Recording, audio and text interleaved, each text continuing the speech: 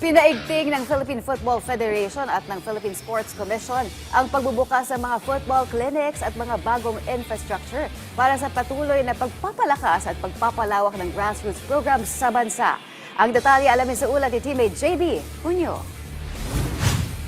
More arenas, more football clinics, and more athletes. Ilan lamang yan sa mga plano na nais isakatuparan ng Philippine Football Federation kasama ang Philippine Sports Commission para sa patuloy na pag-usbong ng football community sa bansa. Sa press conference na ginanap kahapon sa PhilSports Multipurpose Hall sa Pasig City, ibinahagi ni Philippine Football Federation President John Gutierrez ang pangmatagalang plano ng football program sa Pilipinas upang mas mapalapit ang sport sa mas maraming atleta. Kasama rito ang pagtatayo ng mga bagong pitch at pagdaraos ng football clinics sa mga lugar na walang sapat na pasilidad.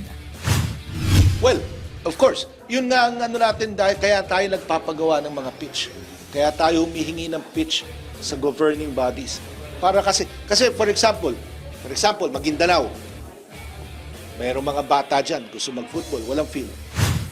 Para kay Gutierrez, ang pagdadala ng football sa mga malalayong komunidad ay hindi lang tungkol sa pasilidad, kundi sa pagbibigay ng pag-asa na maaaring magmula sa kanila ang susunod na bituin na magbabandera ng bansa sa mga international competitions. Dagdag pa niya, ang matibay na grassroots program ang tunay na pundasyon ng tagumpay ng isang sport sa bansa. Baka dyan natin makita yung next Paulino Alcantara, baka may Drew Fernandez dyan. Diba? So, nakita nyo naman, sila yung isa sa mga unang makakakuha ng half pitch. Diba, Maguindanao. Baka naman sabihin ng karamihan o ng iba, baka sabihin, lahat na lang sa Metro Manila, lahat na lang sa Cebu, lahat na lang sa Davao. Hindi. Gusto natin lahat ng sulok ng malagyan para lumakas ang grassroots. Yan lang naman talaga ang totoong pag-asa ng isang sport sa isang bansa kung magsimula sa grassroots.